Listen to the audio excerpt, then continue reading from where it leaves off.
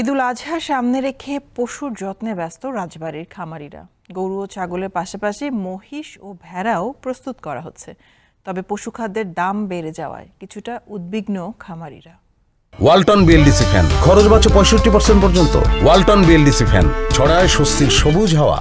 কেউ কাটছে কাঁচা ঘাস, কেউ দিচ্ছে শুকনো খড়, কেউ বা আবার ব্যস্ত পশু পরিচ্ছন্নতায়।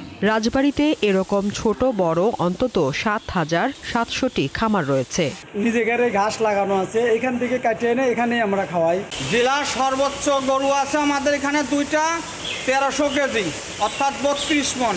আশা করি ইনশাল্লাহ রাজবাড়ী জেলার ভিতর সেরা গরু ইনশাল্লাহ। খুবই পরিষ্কার পরিচ্ছন্ন রাখতে হয়, গরুর অসুখ বিড়াই কম হয়।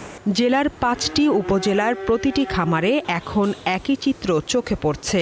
এবছর গোখাদ্য, খড়, ভুট্টা, ছোলা ও শ্রমিকের মজুরি বেশি, তাই কোরবানির পশুর যত্নে বাড়তি খরচও হচ্ছে বলে জানান খামারিরা। ছাল বসির দাম বেশি, খেরের দাম বেশি, গাছ জমাতে সেচ দেওয়া লাগে। সরকার যদি বাইরের থেকে কোনো গরু আমদানি করে তারা লাভবান হতে পারে। পশু মোটাতাজাকরণে কোনো প্রকার ক্ষতিকর ঔষধ বা ইনজেকশন যাতে ব্যবহার করা না হয় সেজন্য কঠোর নজরদারি রয়েছে বলে জানান জেলা প্রাণী সম্পদ কর্মকর্তা। কুরবানিতে আসলে একটা গুজব রটে যে স্টেরয়েড ব্যবহার করা হয় বা বিভিন্ন খারাপ ঔষধ কেমিক্যাল ব্যবহার করে গরু মোটাতাজাকরণ করা হয়। সেটা আসলে বলতে গেলে আমাদের এখানে সেটার প্র্যাকটিস খুব একটা হয় না।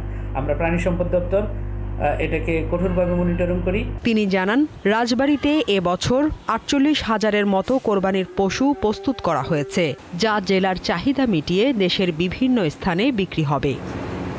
দীপ্ত বার্তা কক্ষ।